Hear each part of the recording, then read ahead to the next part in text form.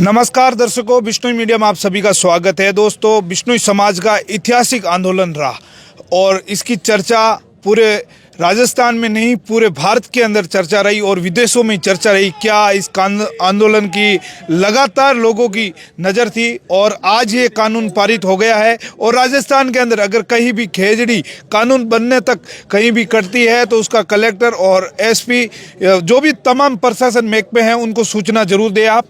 तो अभी हमारे साथ अगर महिला की बात करें तो इस आंदोलन को लगातार लीड कर रही थी हमारे साथ वकील शारदा जी बिश्नोई हैं। नमस्कार। नोन प्रणाम सर। तो आज ये कानून जो है मंत्री महोदय ने लाके हाथों में दे दिया है और कहीं ना कहीं जनता के अंदर खुशी की लहर है, तो इसको लेकर आप महिला को विशेष क्या कहना चाहोगी?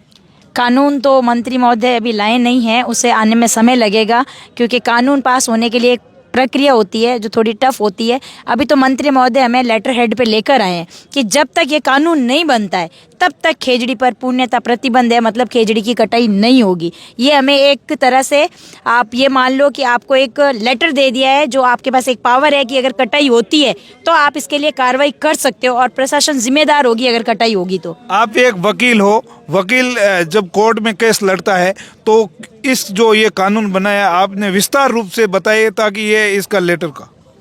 इस लेटर में इन्होंने लिखा है और जो लेटर दिया है वो सारे संभाग में दिया जाएगा, हर एक एरिया के कलेक्टर को सुपुर्द किया जाएगा, जिसमें स्पष्टली लिखा है कि जब तक खेजड़ी के लिए कानून बनकर लागू नहीं होता है तब तक किसी भी एरिया में किसी भी क्षेत्र में राजस्थान का चाहे वो कोई भी क्षेत्र हो, चाहे वो जोधपुर हो, बाड़मेर हो, बीकानेर हो या फिर जैसलमेर हो, यानी जहाँ जहाँ राजस्थान की सीमा लगती है वहाँ पर किसी भी हाल में चाहे सोलर कंपनी हो चाहे आम आदमी हो किसी भी तरह से पेड़ की कटाई नहीं होगी। अगर होती है तो उसकी निगरानी कलेक्टर साहब के आदेश के अंदर होगी, उनके सानिध्य में होगी। और आम जनता अगर शिकायत करने जाती है तो कलेक्टर साहब तुरंत परिवार से उस पर कार्रवाई करेंगे, किसी भी कार्य में आनाकानी नहीं करेंगे। क्योंकि ये लेटर नहीं था तब तक उनकी आनाकानी थी कि हम कार्रवाई किस कानून में करें, किस प्रक्रिया के तहत करें, हम सजा दें तो कैसे दें, किसी को गिरफ्तार करें तो कैसे करें। तो ये एक तरह से उनको एक हम सभी पर्यावरण प्रेमियों को सरकार की तरफ से सौगात है, एक बधाइयाँ हैं। और एक आप यही समझ लो जैसे होली दिवाली पे हमें मिठाई मिलती है उसी तरह से हमारे लिए सौगात है जो हमें मिला है कि अगर पेड़ कटते हैं तो हम इसकी रोक के लिए आगे प्रोसेस में जा सकते हैं, आगे कार्रवाई में जा सकते हैं। देखिए, कहीं ना कहीं ये कानून तो बन गया मगर आपने को जिस तरह पहले जागृति थी वो भी आज भी रखनी पड़ेगी।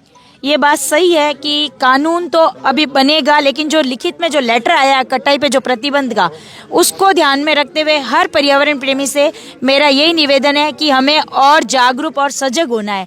क्योंकि हम तो रात को सो जाते हैं लेकिन जो कंपनियां विनाश करने आई है वो रात को नहीं सोती है, वो यही वेट करेगी कि कब पर्यावरण प्रेमी सोए और कब हम पेड़ों को काट करके उनको रातों रात ही वहाँ से गायब कर दें, यानी नामो निशानी मिटा दें। तो मेरा हर पर्यावरण प्रेमी से निवेदन है कि जिसको भी जहाँ भी इन्फॉर्मेशन मिलती है कि फलाने के खेत में फलाने की ज़मीन पे जहाँ पर भी प्लांट आ गया है और आने वाला है तो वो भाई आसपास का जो भी पर्यावरण प्रेमी है उस खेत में जाए और उस खेत की जितनी भी खेजड़ी है उनकी गिनती करके और उसका एक वीडियो बनाकर लाए कि इस खेत में 40 खेजड़ियाँ थी, 20 थी, 25 थी। वो काउंटिंग ला करके जो हमारे कार्यकर्ता है, जो हमारी कोर कमेटी है, उसको सुपुर्द करें और वहाँ के कलेक्टर को देकर आए कि साहब ये खेत है जिसमें प्लांट लगेगा लेकिन इसमें 40 खेजड़ी है, अगर एक भी कटती है तो कलेक्टर साहब की जिम्मेदारी होगी। लेकिन इसके लिए आम आदमी को जागरूक होना होगा क्योंकि कलेक्टर है जो पूरे जिले का है, वो हर एरिया में नहीं पहुँच सकता है, नहीं जा सकता है। इसलिए हर आदमी की व्यक्तिगत जिम्मेदारी है कि वो इस बात का ध्यान रखे। और विशेष तौर से मैं उन भाइयों को भी कहना चाहती हूँ जिन्होंने अपने खेत दे दिए हैं, जिन्होंने अपनी लीज दे दी है और अपनी प्रॉपर्टी का सौदा सोलर प्लांट के लिए कर लिया है, तो उनसे निवेदन है कि जब ये लिखित में आ गया है तो आप भी सोलर प्लांट वालों को रोकने के लिए सक्षम है। आप काउंटिंग करके हमें बता दें कि आपके यहाँ कितने पेड़ हैं यथास्थिति में। अगर उसके बाद एक भी पेड़ कटे तो आप हमें एक छोटी सी सूचना देना, हमारी टीम आपके साथ हाजिर रहेगी और कलेक्टर साहब भी आपके साथ तैयार रहेंगे, प्रशासन पूरा आपके साथ है। तो आप निडर होकर के वो इन्फॉर्मेशन दे कि मेरे खेत में पेड़ काटे जा रहे हैं। विशेष इस आंदोलन को अहम भूमिका अगर बात करें तो नारी शक्ति किसी भी आंदोलन में होता है, धरना प्रदर्शन होता है, कहीं कहीं छोटे बड़े होते हैं, मगर जिस संख्या के अंदर जो नारी शक्ति थी और जितना शांतिपूर्वक ये आंदोलन हुआ, इसको लेकर विशेष आप क्या कहना चाहोगे? मैं सबसे पहले तो उन मातृशक्ति को हाथ जोड़कर कोटि कोटि नमन करती हूँ कि आप लोग एक आह्वान पे इतनी ज़्यादा संख्या में आई कि हमें एक उम्मीद थी कि मातृशक्ति हो सकता है 100 आए 200 आए, लेकिन आपने जो हमारी उम्मीद का आंकड़ा था वो भी पार किया। और इसका इतने दिन से मैंने देखा है, सिर्फ मातृशक्ति में एक ही चीज़ थी कि हमें एक सूचना मिली, एक वीडियो के माध्यम से मिली। एक मैं ये मानती हूँ कि आज जो सोशल मीडिया का वास्तव में महिलाएं उपयोग कर रही थी, वो रियल उपयोग इस धरने में देखने में आया कि मातृशक्ति सिर्फ रीले ही नहीं चलाती है, वो अच्छी चीज़ भी देखती है। और उन्होंने वो देखा और उन्होंने कहा कि हम सिर्फ अपने लिए नहीं आए हैं, क्योंकि हमारी तो उम्र हो सकती है 10 साल या 20 साल बची हो, लेकिन मेरे घर में एक छोटा बालक है, एक बालिका है, उसका भविष्य टिका है। तो वो माँ अपने ममत्व के कारण यहाँ आई थी, अपने उन बच्चों के स्नेह के खातिर आई थी, अपनी उस भावी पीढ़ी के लिए आई थी, जो पीढ़ी वो संजो रही है, जिस पीढ़ी का वो सपना देख रही है कि मेरा बच्चा बड़ा होकर ये बनेगा वो बनेगा। तो जब बच्चा ही नहीं रहेगा तो नौकरी और सारी चीज़ें क्या होगी। तो मातृशक्ति का बहुत बहुत आभार।